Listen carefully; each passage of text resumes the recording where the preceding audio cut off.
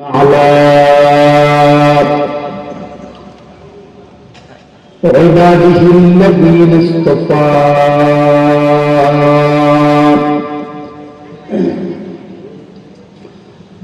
أما بعد فأعوذ بالله من الشيطان الرجيم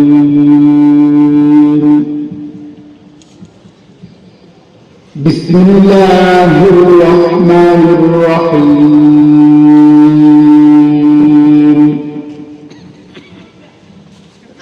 قل للمؤمنين يغضوا من أبصارهم ويحفظوا فروجهم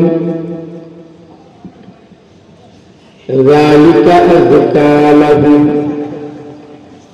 إن الله خبير بما يصنعون.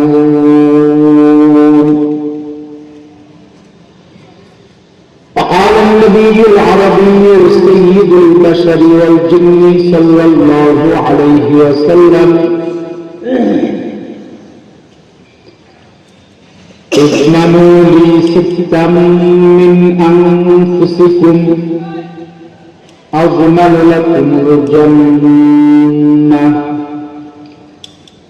اصدقوا إذا حدثتم وأوفوا إذا وعدتم وأدوا إذا اؤتمنتم واحفظوا فروجكم وغضوا أبصاركم وكفوا أيديكم أو كما قال عليه الصلاة والسلام. محبت الشهيد الشريف মিষ্টি করে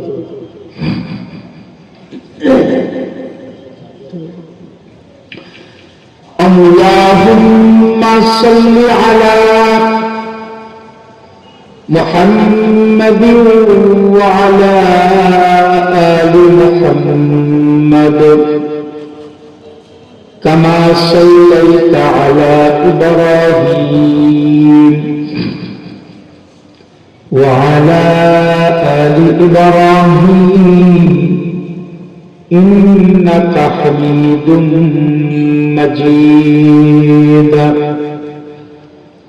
اللهم بارك على محمد وعلى آل محمد كما باركت على إبراهيم وعلى آل إبراهيم إنك حميد مجيد.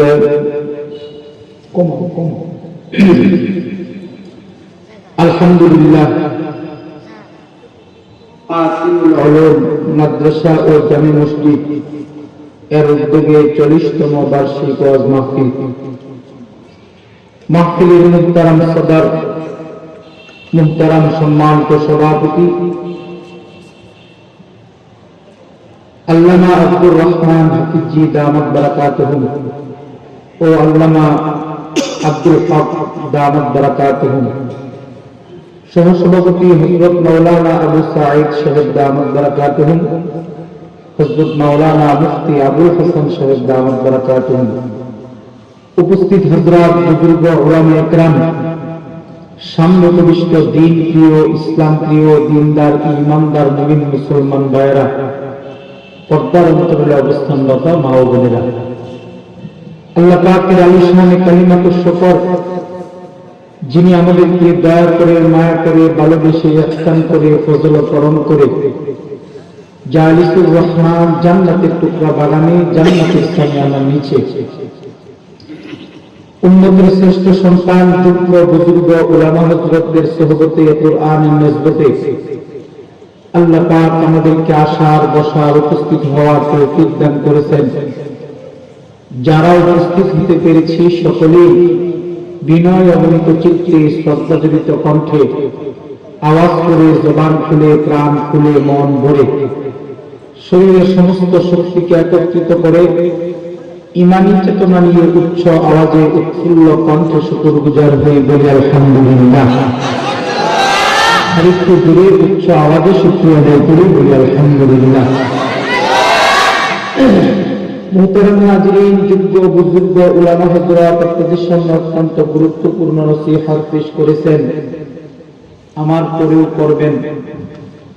আমি আপনাদের সামনে বসে কালামে হাকিম থেকে অত্যন্ত গুরুত্বপূর্ণ আয়াতে কারিমা, নবী পাকের অসংখ্য হাদিসের ভান্ডার থেকে একটি গুরুত্বপূর্ণ হাদিস তেলাওয়াত করেছি। তেলাওয়াতকৃত আয়াত এবং হাদিসকে সামনে নিয়ে কিছু কথা আল্লাহ পাক জবানে কিছু দামি নুরানি বরকতি কথা বের করে দেন। ওমা তৌফিকি ইল্লা বিল্লাহ। সকলেই জোরে সরে বলেন আমিন। সময় একেবারে কম, কথা অনেক, এই কারণে খুব মনোযোগ আকর্ষণ করতেছি, দিল খালি করে শোনার চেষ্টা করি, তলব এবং ব্যথা নিয়ে শোনার চেষ্টা করি, পিপাসা এবং তৃষ্ণা নিয়ে নিজের হেদায়েতের উদ্দেশ্যে শোনার চেষ্টা করি। আল্লাহ পাক তৌফিক দান করুন। আল্লাহ পাক আমাদেরকে অসংখ্য অগণিত নিয়ামত দান করেছেন। এই অসংখ্য অগণিত নিয়ামতের ভিড়ে আমরা আমাদের দৃষ্টিশক্তি যতদূর পর্যন্ত যায়, আল্লাহ পাকের নিয়ামত ততদূর পর্যন্ত দেখা যায়। মিলায়া দেয়, সাউন্ড কমায়া, এই দুইটা সাউন্ড কমায় একটু মিলায়া দেয়, যাতে কানে আওয়াজ কমে। যেদিকে তাকাই সেদিকে আল্লাহ পাকের নিয়ামত দেখতে পাই, ঠিক কিনা? এই কারণে আল্লাহ তাআলার কোন নিয়ামতকে অস্বীকার করার কোন সুযোগ নেই, আবার আল্লাহ পাকের নিয়ামত থেকে নিজেকে বাঁচানোর কোন সুযোগ নেই। অফুরন্ত নিয়ামতের সাগরে আল্লাহ পাক আমাদেরকে ডুবিয়ে রেখেছেন। তাম পৃথিবীর সমস্ত মানুষ যদি একত্রিত হয় আর দিন রাত একাকার করে 24 ঘন্টা যদি মহামালিকের দেয়া নিয়ামতের গণনা শুরু করে দেয়,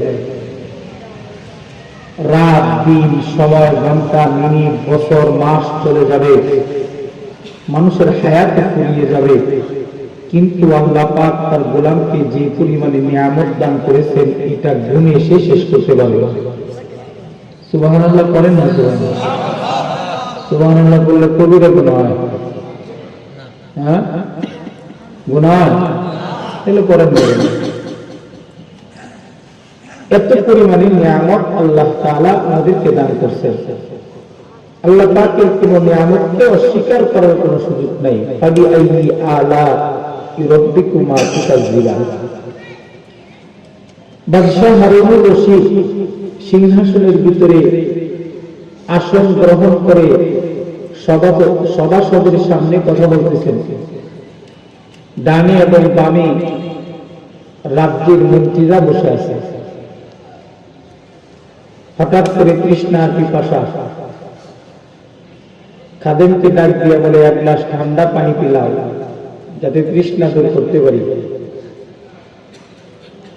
মহারাজের হুকুমে খাদেম এক গ্লাস পানি, ঠান্ডা পানি এনে বাদশাহ হারুনুর রশিদের হাতে দিলেন। গ্লাসটা হাতে নিলেন এবং সামনের দিকে এভাবে বাড়ালেন। পানি পান করবে, এমন সময় মজলিসের ভিতরে এমন একজন লোক আছে যিনি অনেক উঁচু মাপের একজন গবেষক এবং আল্লাহওয়ালা মানুষ, বুজুর্গ মানুষ। তার নাম হলো বাহলুল। নাম কি? বাহলুল। খেয়াল করে বাহলুল ডাক দেয়া কয়, জাহাপানা পানিটা পান করার আগে আপনার কাছে আমার একটা প্রশ্ন আছে। আগে পানিটা পান করুন না, আমি একটা প্রশ্ন করবো, এই প্রশ্নের জবাব দিয়ে নেন। বাদশা বলে, বাহলুল কি প্রশ্ন তোমার? তোমার প্রশ্নটা শুনে তারপর আমি পানি পান করব, তুমি আমাকে প্রশ্ন করো। বাহলুল ডাক দেয়া করে, জাহাপানা কিছুক্ষণের জন্য ধরে নেন যে আপনি একটা মরুভূমির প্রান্তরে আছেন। আসমানের সূর্য তার সবটুকু তাপ সেখানে ঢেলে দিয়েছে। গোটা মরুভূমির ভিতরে কোনো পানি নাই। একদিকে সূর্যের তাপ, আরেকদিকে মরুভূমি, কোন দিকে পানি পাওয়া যায় না। আপনার এত পরিমাণে তৃষ্ণা লেগেছে, পিপাসা লেগেছে, একটু পানি যদি তখন পান না করেন তাহলে আপনার প্রাণ নাশ হয়ে যাবে, আপনার জীবন বের হয়ে যাবে। কোনদিকে পানি পাচ্ছেন না, এক গ্লাস পানি ওই মুহূর্তে আপনার জন্য জরুরি। অনেক খোঁজাখুঁজির পরে কোনো পানি সেখানে নাই। এমন সময় যদি একটা ব্যক্তি এসে আপনাকে বলে আমার কাছে এক গ্লাস পানি আছে,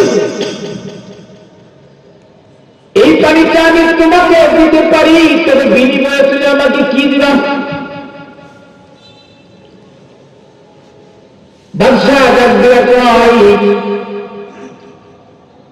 মরুভূমির প্রান্তরে আমার জীবন বের হয়ে যাচ্ছে এক গ্লাস পানির জন্য। এই মুহূর্তে এক গ্লাস পানি যদি আমাকে দেয় আর আমার জীবনটা যদি পানির মাধ্যমে বেঁচে যায়, তাহলে এই এক গ্লাসের বিনিময়ে আমি আমার গোটা রাজ্য বেঁচে দিতে চিন্তা করব না। যে পানিটা পান করলে পরে আমার জীবন বাঁচবে, আমার তৃষ্ণা দূর হবে, আমি বেঁচে থাকবো। বেঁচে থাকতে না রাজ্যের দরকার, মারা গেলে তো রাজ্য দিয়ে কি হবে? সুতরাং এই এক গ্লাস পানির বিনিময়ে আমি আমার গোটা রাজ্যটা তার সন্তান তার কাছে লিখে দেব। বাহলুর ডাক দেয়া করে যা আপনারা একটা বার গভীরভাবে চিন্তা করেন, এক গ্লাস পানি কত বড় নিয়ামত।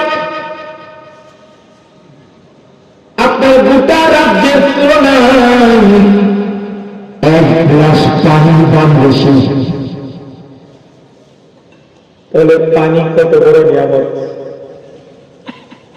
জন্মের পর থেকে নিয়ে আজ পর্যন্ত কত গ্লাস পানি পান করেছে কোনো হিসাব নাই। আজ পর্যন্ত এক গ্লাস পানির বিল দিতে হয় না। কথাটা ঠিক কিনা? এত পরিমাণে পানি পান করলাম, পানির ব্যবহার চতুর্দিকে। ফসলে পানি লাগে, কোনো জিনিস বানাইতে গেলে পানি লাগে, পান করার জন্য পানি লাগে, কাপড় ধোয়ার জন্য পানি লাগে, সবসময় পানির প্রয়োজন। এক ঘন্টার জন্য যদি আল্লাহ তামাম পৃথিবীর জমিনে পানি বন্ধ করে দেয়, শুধুমাত্র এক ঘন্টা যদি পানি ব্যতীত দুনিয়া থাকে, তাহলে দুনিয়ার মানুষ মহিলা সে কি বলবে? কত বড় নিয়ামত। এরকম অসংখ্য অগণিত নিয়ামত আল্লাহ তাআলা আমাদেরকে দান করেছে।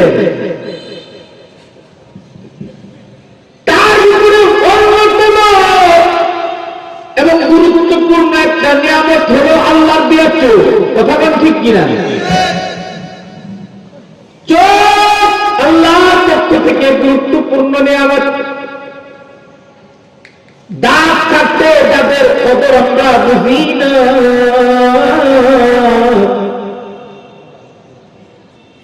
চোখ থাকতে চোখের মূল্যায়ন করতে জানি না। চোখ যে কত বড় দামি নিয়ামত, জন্মান্ধ অন্ধ ব্যক্তিকে জিজ্ঞেস করলে বোঝা যায়। কোন অন্ধ ব্যক্তিকে গিয়ে যদি বলেন আপনাকে দুইটার চোখ দিব, আপনি বিনিময়ে কি দিবেন? অন্ধ ব্যক্তি ডাক দিয়া বলবে, তামাম পৃথিবীটা যদি আমার হাতের মুঠোয় থাকতো, দুইটা চোখের বিনিময়ে আমি পৃথিবীটা লইতে দিতাম। আজীব নিয়ামত এটা চোখ। যে মা চোখ থেকে জন্ম গ্রহণ করেছে, এই চোখ দিয়ে সে মারা দেখতে পারে নাই। আল্লাহ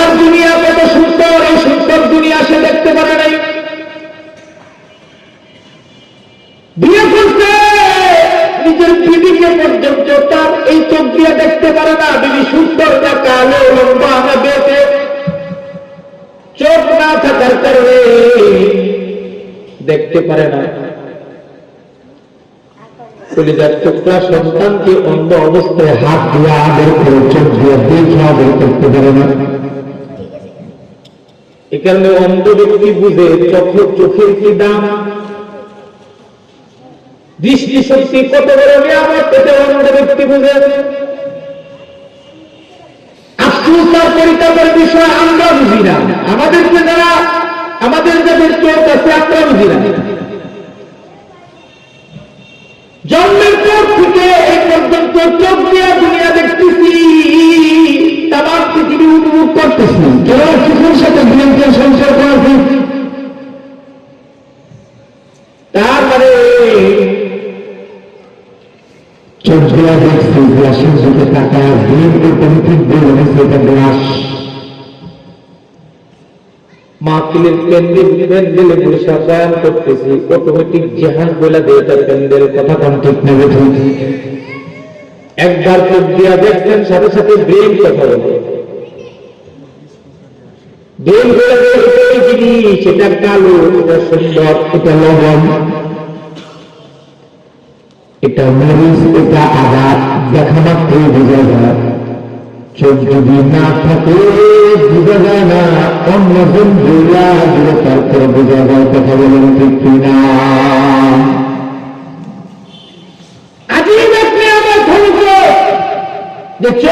আল্লাহ তাআলা আমাদেরকে নিয়ামত হিসাবে দিচ্ছেন। এই চোখ গুলাম কিভাবে ব্যবহার করবে, চোখের ব্যবহার সম্পর্কে আল্লাহ তাআলা তার কোরআনে ফরমান জারি করেছেন। আল্লাহ চোখ দিয়ে কি দেখা যাবে, কি দেখা যাবে না, কোন দিকে তাকানো যাবে, কোন দিকে তাকানো যাবে না, এই সম্পর্কে আল্লাহ তার কোরআনের ভিতরে ফরমান জারি করেছেন।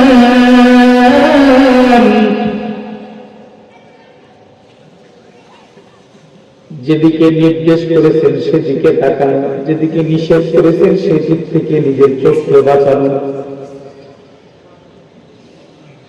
দুনিয়াতে এমন কিছু জিনিস আছে যেদিকে তাকাইলে গুনাহ মাফ হয়, আমল নামার ভিতরে নেকি জমা হয়। সুবহানাল্লাহ। কিছু জিনিসের দিকে তাকাইলে ইমানের নূর নষ্ট হয়ে যায়, আমলের নূর নষ্ট হয়ে যায়, আল্লাহর মহব্বত কমে যায়, আমল নামার ভিতরে কারো কোনো দাম জমা হয়। কিছু জিনিসের দিকে তাকাইলে আল্লাহ ইয়াদ হয়, আল্লাহু আকবার, আল্লাহ ইয়াদ হয়, জান্নাতের কথা স্মরণ হয়, জান্নাতের কথা স্মরণ হয়, জাহান্নামের কথা স্মরণ হয়, কবরের কথা স্মরণ হয়। তামাম দুনিয়ার সবকিছু মিথ্যা হইতে পারে, আমার নবীর কথা মিথ্যা হইতে পারে না, কথা কম। আগামীকালকে সূর্য উঠতে পারে, আবার না উঠতে পারে, কিন্তু আমার নবী একবার যেটা বলেছে সেটা মিথ্যা হইতে পারে না। নবীজি যেমন সত্য, নবীর প্রত্যেকটা কথাও সত্য, কথা কম ঠিক কিনা। আমার আপনার নবী পয়গাম শোনাইছেন, সুসংবাদ শোনাইছেন।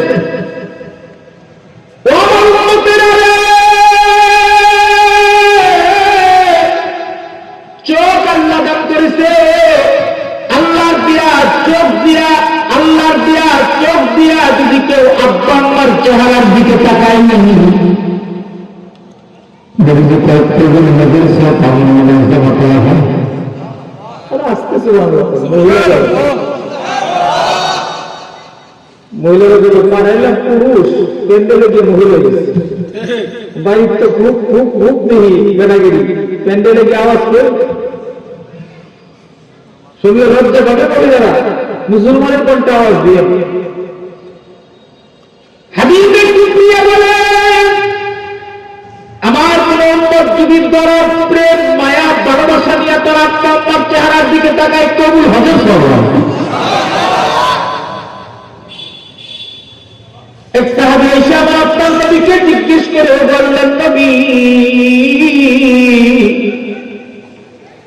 যদি 100 বার তাকায়, নবীজিকে যতবার তাকাবে ততবার আমলনামার ভিতরে নেকি জমা হবে, ততবার কবুল হবে, সওয়াব হবে।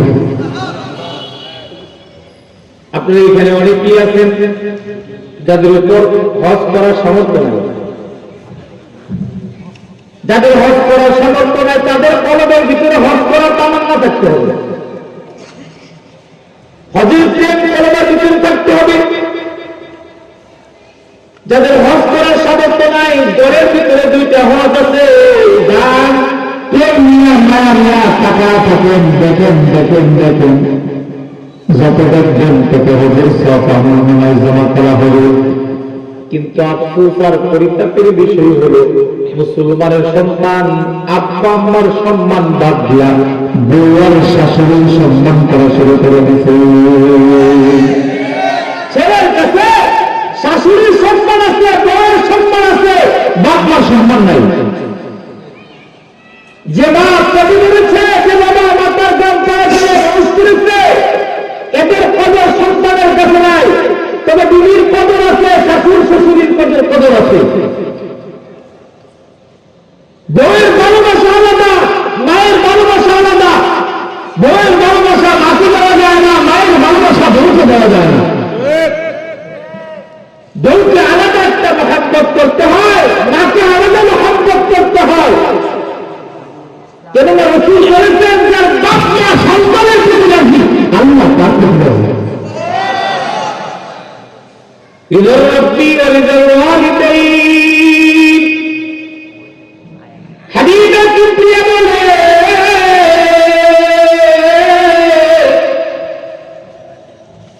তোমার বাবা তোমার মা যদি তোমার উপর সন্তুষ্ট থাকে, আল্লাহ তোমার উপর সন্তুষ্ট। বাপ মা যদি নারাজ থাকে, আল্লাহ অসন্তুষ্ট। কোন বাপ মা যদি তার সন্তানের উপর খুশি থাকে, কোন সন্তানের উপর এরকম সন্তুষ্ট থাকে, রাসূল বলেন দুনিয়া এবং আখিরাত তার জন্য সুন্দর। কোন মা যদি তার সন্তানের উপর খুশি থাকে, ওই সন্তানের অভাব থাকে না, ওই সন্তানের বিপদ থাকে না, ওই সন্তানের মুসিবত থাকে না। আল্লাহ তার কুদরতের চাদর দিয়ে ওই সন্তানকে হিফাজত করে।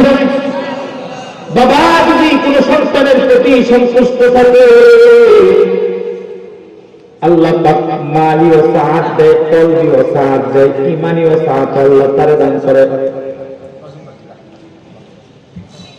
মালে বরকত দেয়, দিলের ভিতরেও বরকত দেয়, দুনিয়াতেও ইজ্জত আর সম্মানের মালিক বানায় দেয়।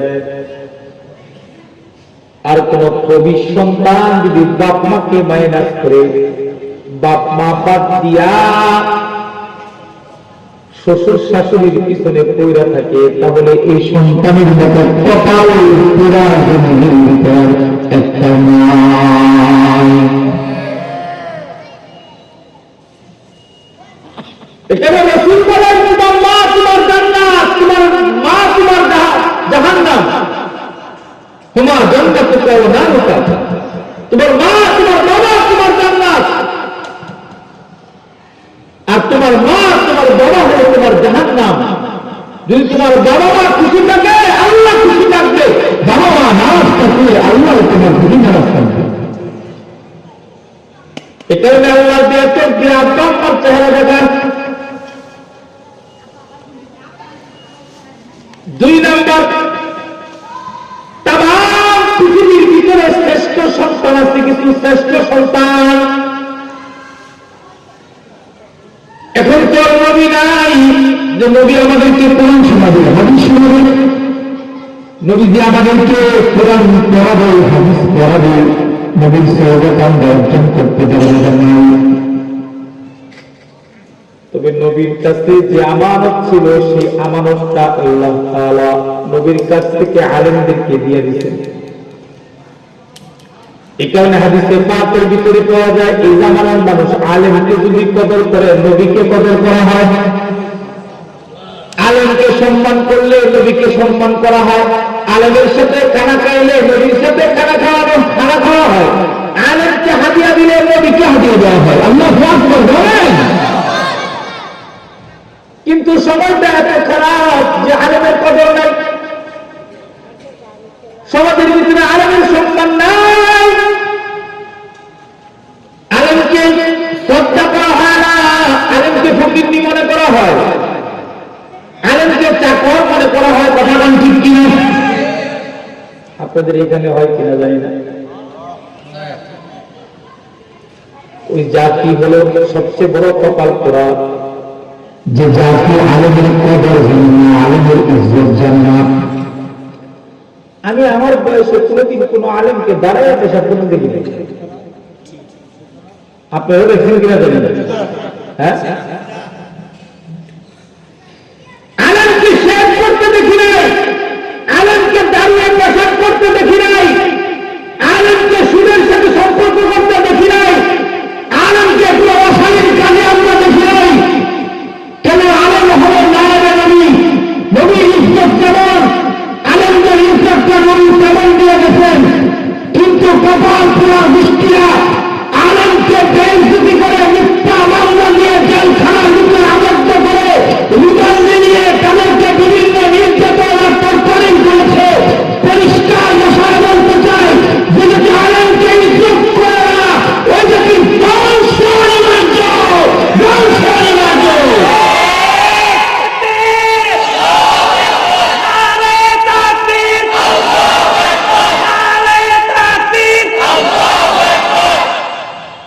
যেটা কি আলেমের সম্মান বুঝে না, যেটা কি আলেমকে বেইজ্জতি করে, পক্ষের নিক্ষেপ, বন্দুক, রিভলভার, মোবাইল চুরির মিথ্যা মামলা দিয়ে আলেমদেরকে যারা জেলখানার ভিতরে আবদ্ধ করে, এদের হাসন হবে আবু জাহেলের সাথে, এদের হাসন হবে আবু লাহাবের সাথে, এদের হাসন হবে ফিরআউনের সাথে। কারণ এই জামানায় যদি নবী থাকতো, খলিফগুলো নবীর বিরুদ্ধচারণ করতো। যদি আবু বকর থাকতো, আবু বকরের বিরুদ্ধচারণ করতো। এ কারণে হাবিবের কিবরিয়া বলেন, আলেমের চেহারার দিকে তাকাইলে সগীরা গুনাহ মাফ হয়ে যায়। আলেমের চেহারার দিকে তাকাইলে সগীরা গুনাহ মাফ হয়, আমার ওনার ভিতরে নেকি জমা করা হয়। আলেমের সামনে বসে গেলে আখিরাত চেনা যায়, আখিরাত জানা যায়, আল্লাহ চেনা যায়, আল্লাহ জানা যায়। কথা কিন্তু কিনা? আফসোস আর পরিতাপের সাথে বলতে হয়, আলেম বাদ দিছে, এখন নেতাদের পিছনে ঘুরতেছে। নেতাদের সঙ্গ অবলম্বন করার কারণে নেতারা তাদেরকে দুনিয়া শিখায়, আলেমরা জাতিকে আখিরাত শিখায়। নেতারা মানুষকে জাহান্নামের দিকে নিয়ে যায়, আলেমরা মানুষকে জান্নাতের রাস্তা দেখায়। কথা জানতে কিনা? এই জন্য চোখ দিয়ে আলেম দেখা, মা বাবা দেখা, আল্লাহর কোরআন দেখা। এখানে অনেক লোক আছে কোরআন পড়তে পারে না, যেটা পারি না ওটা ধরুন, কোরআন শরীফ দৌড়েও দেখে না। কথা কোন ঠিক কিনা? আসমান থেকে আল্লাহ একটা কিতাব পাঠাইছে, সেই কিতাবের নাম হলো কোরআন। মানুষ তার জীবন কিভাবে পরিচালনা করবে সবকিছু কোরআনের ভিতরে বর্ণনা করা আছে। কিন্তু কপাল পোড়া, কোরআন পড়তে তো পারে না, কোরআনটাকে কোনোদিন স্পর্শ করেও দেখে নাই, কোরআনটাকে কোনোদিন এরকম ভাবে মহব্বত করে বুকে লয় নাই, কপালে লয় নাই, চুম্বন করে নাই। এটা একটা কপাল পোড়া। তবে রাসূল বলেন, কেউ যদি কোরআন নাও পড়তে পারে, কোরআন শরীফটাকে হাতে লয়, এটাকে বুকে লাগায়, এটাকে যদি কপালে লাগায়, এটাকে যদি চুমা খায়, কোরআনের পৃষ্ঠাটা উল্টায় কেউ যদি বলে, ওগো আল্লাহ, তুমি আমাদের তোমার কাছ থেকে একটা কিতাব পাঠাইছো, এটা পড়তে বলেছো, আমি পড়তে পারি না, তবে আমার পড়তে বড় মনে চাই, তোমার সাথে কথোপকথন করতে মনে চায়। ওগো আল্লাহ রব্বুল আলামিন, কেমনে পড়মু? এক হরফ উচ্চারণ করলে আর একটা হরফ উচ্চারণ করে আলায়। এইভাবে যদি কেঁদে কেঁদে চোখের কোনা দিয়া এক ফোঁটা চোখের পানি ছেড়ে দেয়, রাসূল বলেন কিয়ামতের ময়দানে এই ব্যক্তিটাকে তেলাওয়াতকারী হিসাবে আল্লাহ তাআলা ময়দানে মাহশরে তুলে নিতে যাবে।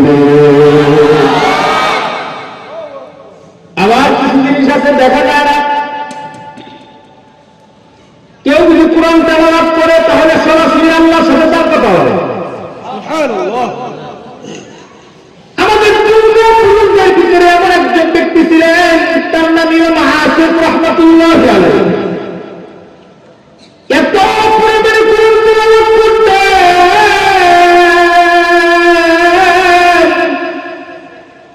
কোরআনের প্রেম, কোরআনের দরদটা তার ভিতরে এত পরিমাণে ছিল যে সারাদিন খেলে আল্লাহর কোরআন তেলাওয়াত করতেন। কইতেন যে কোরআন তেলাওয়াত করলে আমার মুনিবের সাথে আমার কথা হবে। আমি যখন কোরআন শরীফটা মেলায় পৃষ্ঠাগুলো উল্টায় উল্টায় তেলাওয়াত করতে থাকি, আমি আয়াতের বাকি বাকি আমার মাওলাকে আমি দেখতে পাই। ইমাম হাসিব রাহমাতুল্লাহ আলাইহি এত পরিমাণে কোরআন তেলাওয়াত করতেন, তার ঠোঁটের উপরের এই অংশটা সাদা ছিল, জিহ্বা দিয়ে চাপতেন, এভাবে উল্টে জিহ্বা উল্টে উল্টে জিহ্বা দিয়ে চাপতেন। ছাত্ররা একদিন জিজ্ঞেস করে, হযরত আপনি জিহ্বা দিয়ে আপনার উপরের ঠোঁটের এই অংশটা চাটাচাটি করেন কোন কারণে? আপনি খালি জিহ্বা দিয়া এভাবে উল্টা উল্টা জিহ্বা চাটেন কোন কারণে? একদম বারবার অনুরোধ করতেছে, হযরত বলেন বলেন কেন চাটেন, খুব জানতে চাটেন বলেন। অনেক পিড়াপিড়ি করে ইমাম হাসিব ডাক দিয়ে তোমরা আসল ঘটনা জানতে চাও, তাহলে শোনো। রাতের বেলা বিছানার সাথে পিঠ লাগায় আমি ঘুমাইতেছিলাম, স্বপ্নের ভিতরে মরদুলাল, মদিনার মরদুলাল মুহাম্মদুর রাসূলুল্লাহ সাল্লাল্লাহু আলাইহি ওয়াসাল্লাম এসে আমাকে ডাকতেছে। আবার সুবহানাল্লাহ।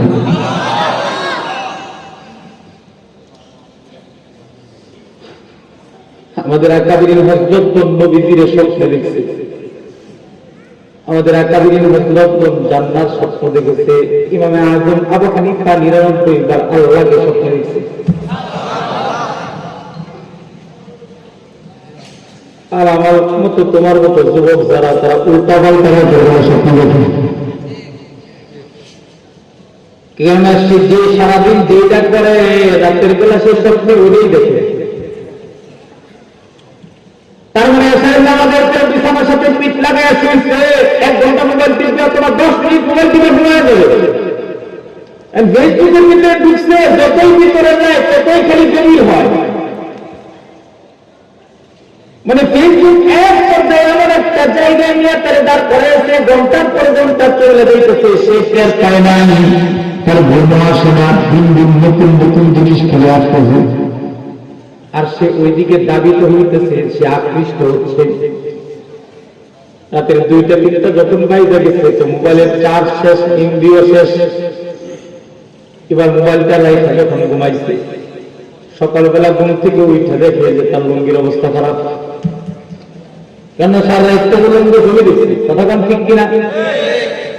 সমাজের ভিতরে কিছু লোক আছে বেহায়া, নির্লজ্জ, বেশরম।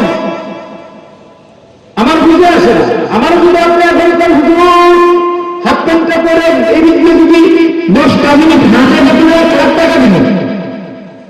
আমি বলবো আপনার 1 লাখ টাকার উপরে প্রেশার ব্যবস্থা করতে পারেন না। কথা কম, কথা কম। আমার যদি আপনার ডাক দিয়ে কোনো যে দায়ী ডাকারেন 5 কোটি টাকা দেবেন, আমি যে আপনার 5 কোটি টাকার ভিতরে চিঠি নিক্ষেপ করে নবীর সুন্নতে ফোন লাগাতে পারেন না। কথা কম ঠিক কিনা? যারা